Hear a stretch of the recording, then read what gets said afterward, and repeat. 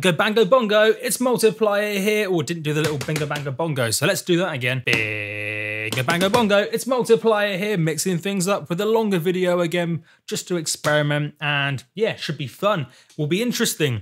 And due to the nature of time and the fact it moves forwards, cause preceding effect, I don't exactly know what sound I'm about to make, but due to the wonders of editing, you can see it, and also it says so in the title of this video, and that sound sounds like this. It's the sound of a pygmy hippopotamus with a little sword fighting a bumblebee in some sort of organised, sanctioned duel.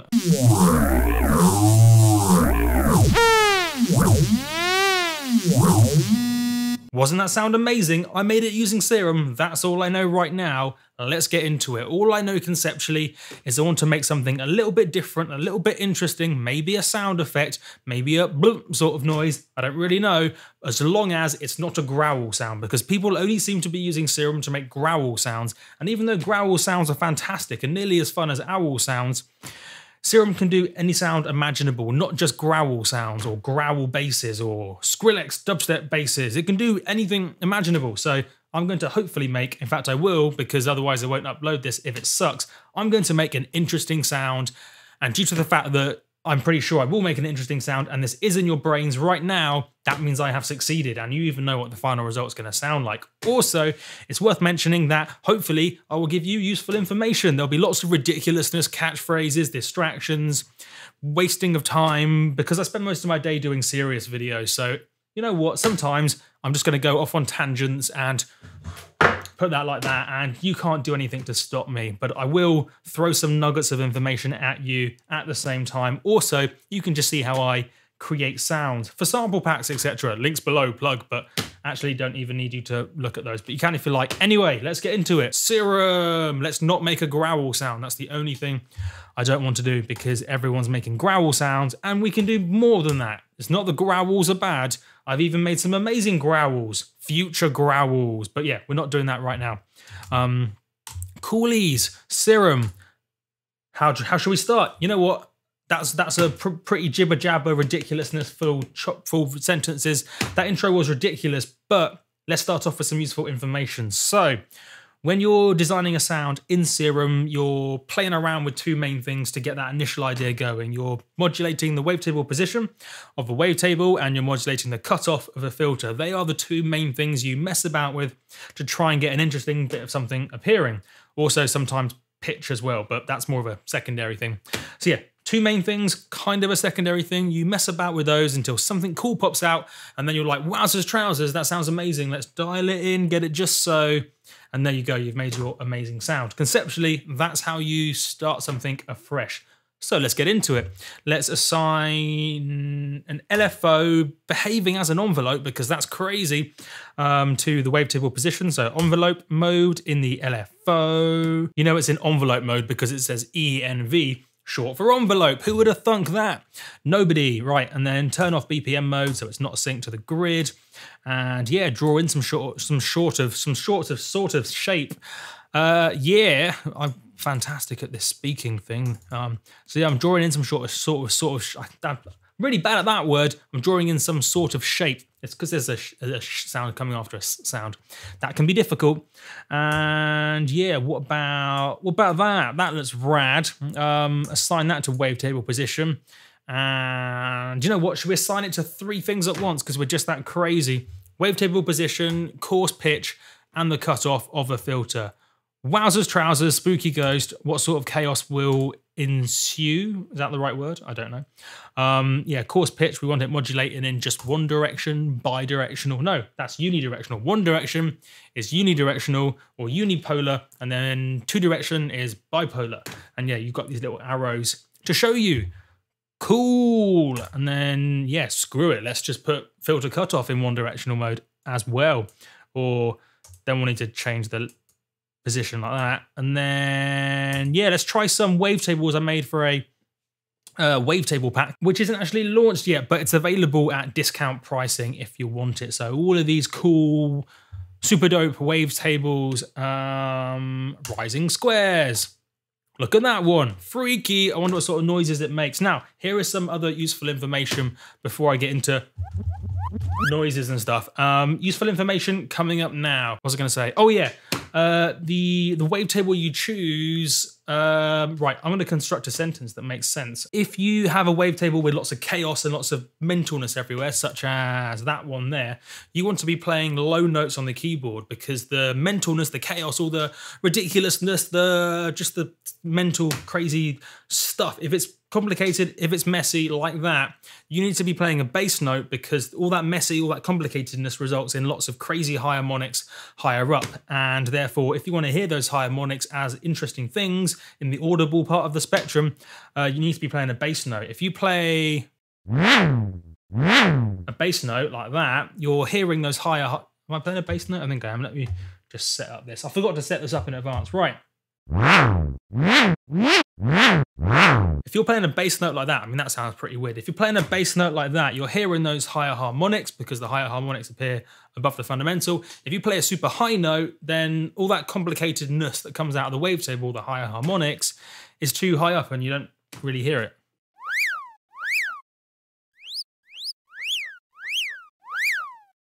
Well, you kind of do, but not really in the same way. So typically, at least, if you have a complicated wavetable, you want to play it low down on the keyboard. And there's a lot going on now because of the pitch envelope, so it's a lot of confusion all at once. In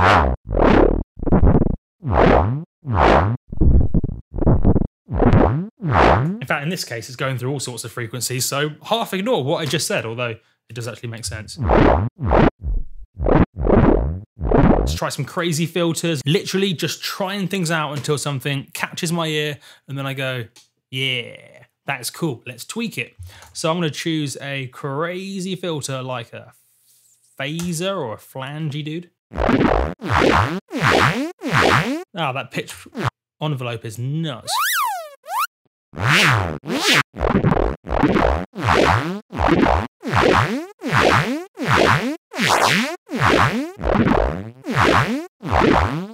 Oh, let's speed up that envelope.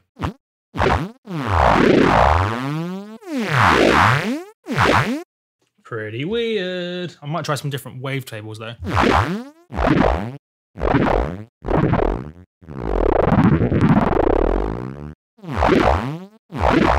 Maybe flip it upside down.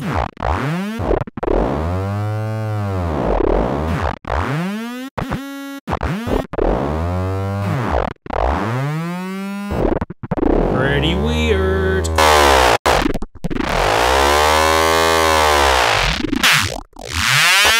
Whoa, clip off. Right, forgot to do something important. Actually, that's a rookie mistake. Bring down the level of your channel and stick a limiter on there in case of disasters like that, because that was clipping and don't want clipping. So limiter on there, give yourself a bit of headroom.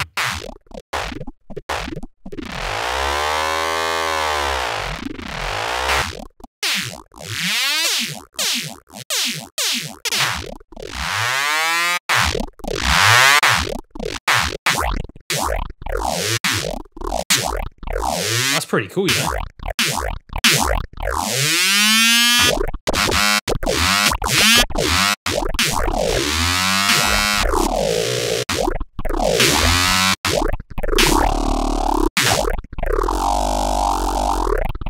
Oh, I can probably draw in some sort of crazy shape here.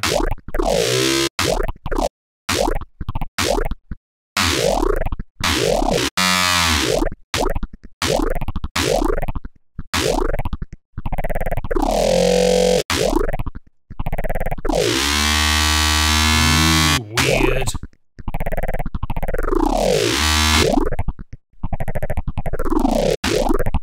I'm trying to just find an interesting bit of something and then I can tweak it. So try different phases. Try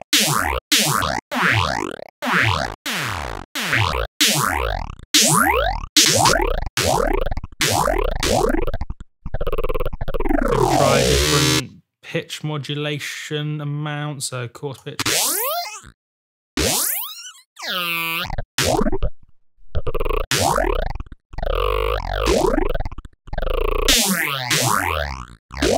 Oh, down a bit.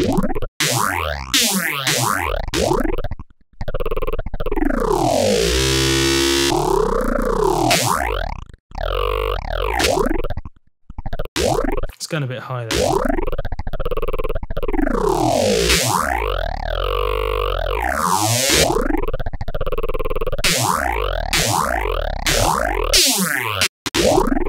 Let's try a different wavetable just to see what sort of other stuff might jump out. I might just skip through a few actually, just see what happens.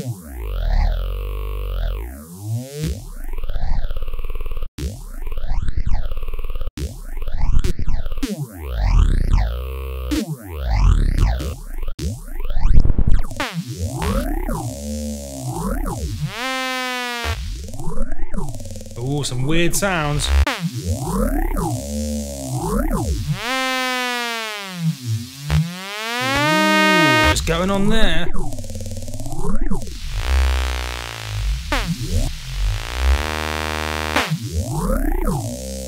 Let's distort that a bit with the drive control.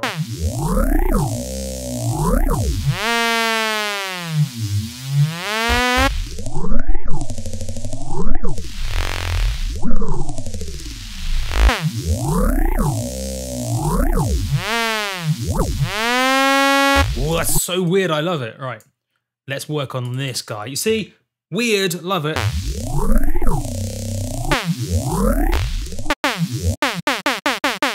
I don't like that start position though.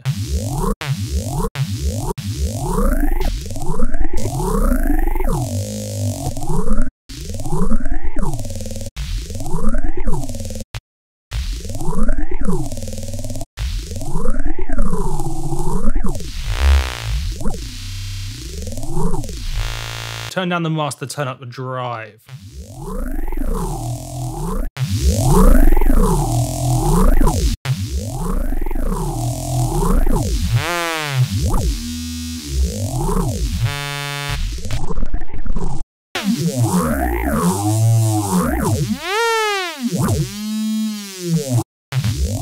Right, so I need some different stuff happening around here.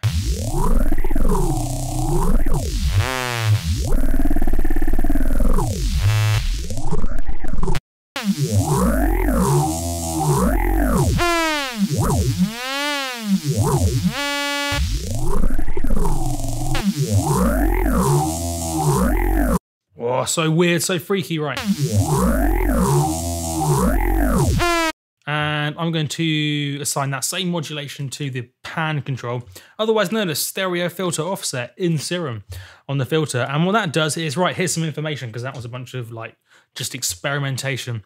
This pan control here splits up the filter into two signals, the left side and the right side, and then varies the offset. So in fact, if I remove that modulation, as you move the pan one way or the other, that changes the cutoff position of the filter on the left side versus the right, creating stereo width effectively. But then what you can do is modulate this so you get stereo widening width movement happening. So it's like width-wise, and it's really cool. Check this out. So I'm gonna reset that to middle and have that being a bipolar modulation like so. Therefore, it will modulate, it will start off wide, and then as it hits the center of the modulation bit, it will be central, and then it will flip back and go wide, and it'll be like just like that. And then you'll get this crazy stereo movement, not just stereo width, stereo movement. Check this out.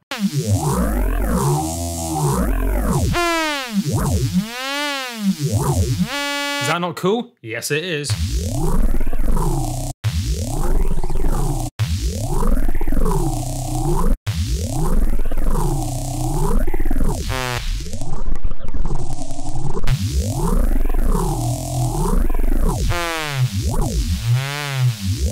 Oh, I'll throw that through some reverb.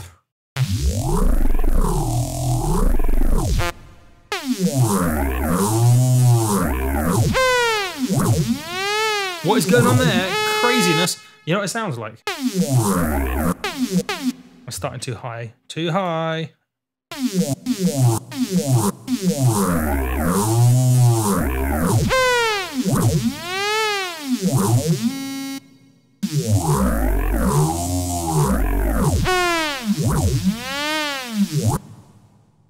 You know what? I know exactly what that sounds like. I'm gonna work on this. You know what? What I wanted to do is go through more of the wavetables, but that one sounds amazing. What I might do is loads more videos looking at these wavetables because they're interesting and they're different. I mean,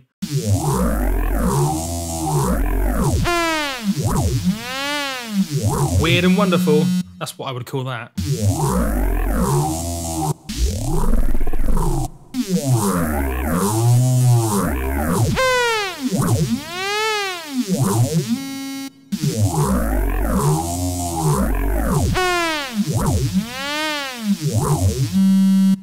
what it's like? I know exactly what this is like in terms of what that sounds like.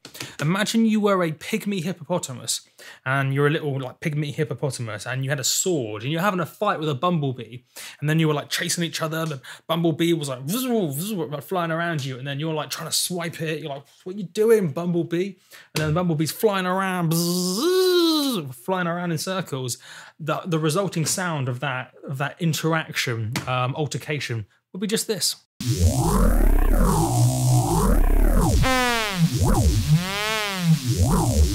See what I mean? Pygmy hippopotamus with a little sword fighting a bumblebee.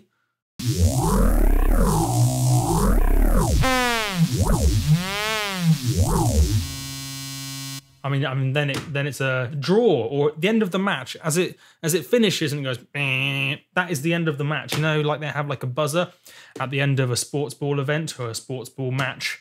Game, I don't really know what you call them. It's like end of game. That's what's going on in this. So I think I've definitely made that intentionally.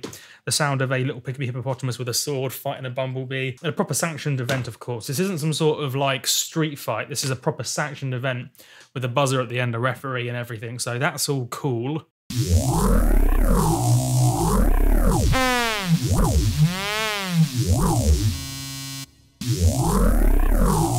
I can't stop playing it.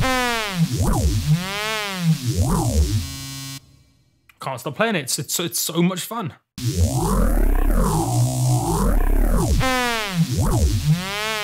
Oh, I love it so much. Don't go that low because of the pitch bend. Look how far the pitch bend is going down. Ooh, it sounds good slightly higher up as well. Check that out. Oh, I wonder what's going to happen as I'm going higher up the keyboard. Uncharted territory. Remember what I said earlier about playing bass notes? That doesn't apply in this case because of the pitch envelope, in case you're wondering. I mean, you can see what's going on with the LFO and the modulation. It's like going down, like way low in frequency. So in this case, I actually need to be pressing a higher up frequency. So.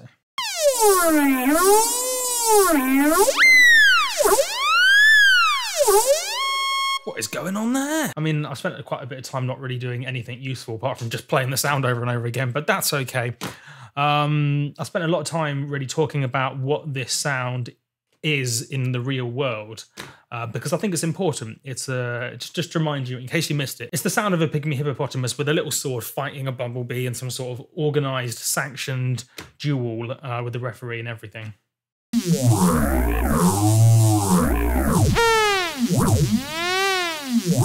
Who's fighting a bumblebee with a sword? You want a net, if anything. Swords are the wrong weapon of choice if you're in a fighting match with a bumblebee. Always go for the net. Right, I feel like I haven't given you enough useful information about Serum. And that's because this sound kind of fell together a bit quicker than it normally does. Can I give you some bonus tips? And I've given you some tips. Should we recap what's gone on? Because I might have glossed over a few bits. So reverberation, let's do it in chronological order. So I have a defining modulation, LFO1 here, set in envelope mode. So it goes through the LFO once. It doesn't actually loop through. That's what an envelope is versus an LFO. So yeah, kick the LFO into envelope mode. So it just goes through once. I drew in a bunch of nodes to create the defining modulation. I then assign that defining modulation to the wavetable position, the pitch, and the cutoff position of a filter, which is the three main things you modulate to create something interesting. It's worth noting that the pitch is more of a secondary thing you modulate. You don't always modulate pitch in this crazy way, but in this case, it's pretty wacky, pretty crazy, so I've included pitch in the main three. Normally, you just modulate wavetable position and the cutoff of a filter, and that creates your main movement, your main interesting thing, character, the main character of the sound. So yeah, got that defining modulation, and then what did I do? Yeah, just playing around with different wavetables. These wavetables are made myself. You can make them yourself. Check out other videos I've done on that. So like drag Skrillex's face into the oscillator, and then it creates a wavetable from Skrillex's face. Maybe that will appear as a suggested video on the right hand side if you missed it. So you can create your own wavetables, have a play around with that, and then yeah, just try different filters out. I cranked up the resonance of the filter, was more interesting, or was more of its own character. That was a bad sentence. I cranked up the resonance so the filter was more like itself. That's the best way conceptually. you can imagine the resonance. So if it's a comb filter, crank up the resonance and it will sound more like a comb filter. Drive as well, just doing some distortion, flattening out the dynamics a little bit in the process. And yeah, stereo filter offset to create that stereo movement. Listen again, notice how it starts off slightly wide, then flips through central and goes wide, comes back in, back out, through center, and then back through center, and then back through center, and then back through center, and back through center slightly. I was looking at the modulation. It's pretty cool, right? So you've got stereo movement and not just stereo width. So yeah, don't just use stereo widening plugins or whatever, because they're pretty stupid, to be honest.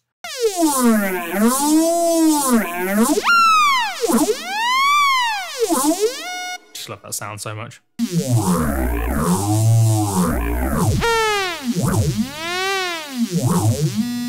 See what I mean? Just like that.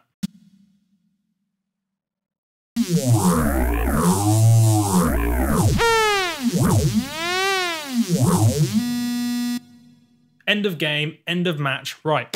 Was there any other useful information? Oh yeah, unipolar versus bipolar. Directions for the modulations. Could kick it into monophony mode if you like. Why not? Let me tell you about that again.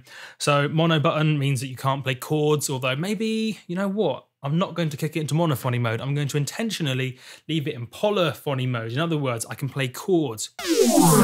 Because then what it would be like is different fights all happening at the same time between different animals in the arena, and that would be fantastic. So purposefully don't click the mono button.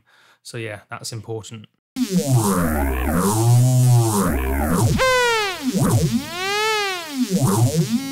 Fantastic. And yeah, I'd say that's it. It's been a rambly video, but that was the intention this time. And hopefully you've learned a thing or two. If not, well, yeah, look at my other videos for that.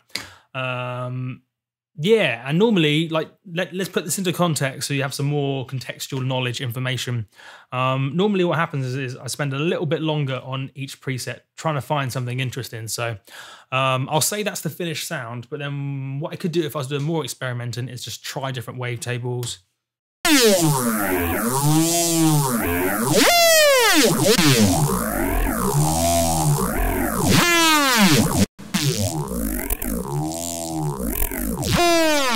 Different wavetables, different filters. You could try maybe, I don't know.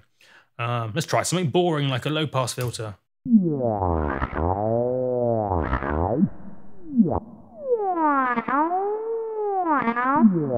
Different wavetables.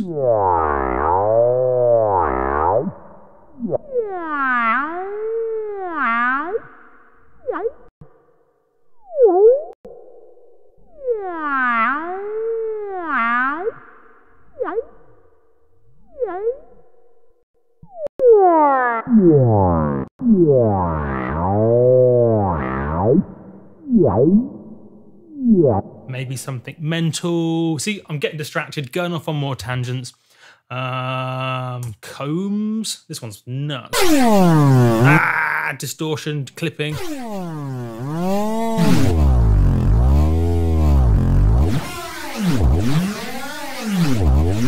Crikey.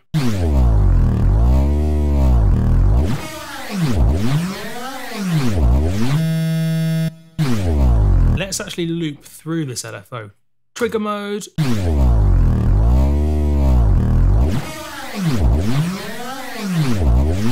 Maybe slow it down.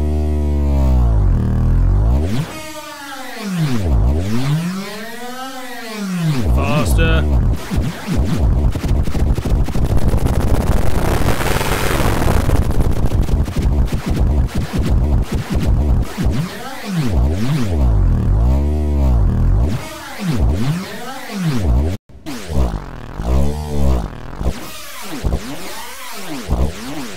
Different filter.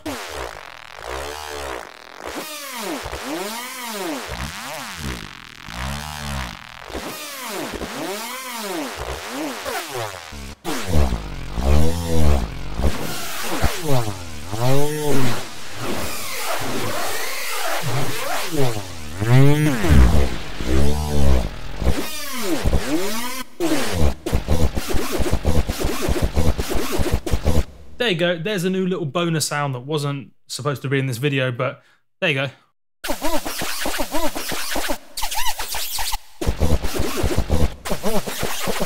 Slow it down a bit.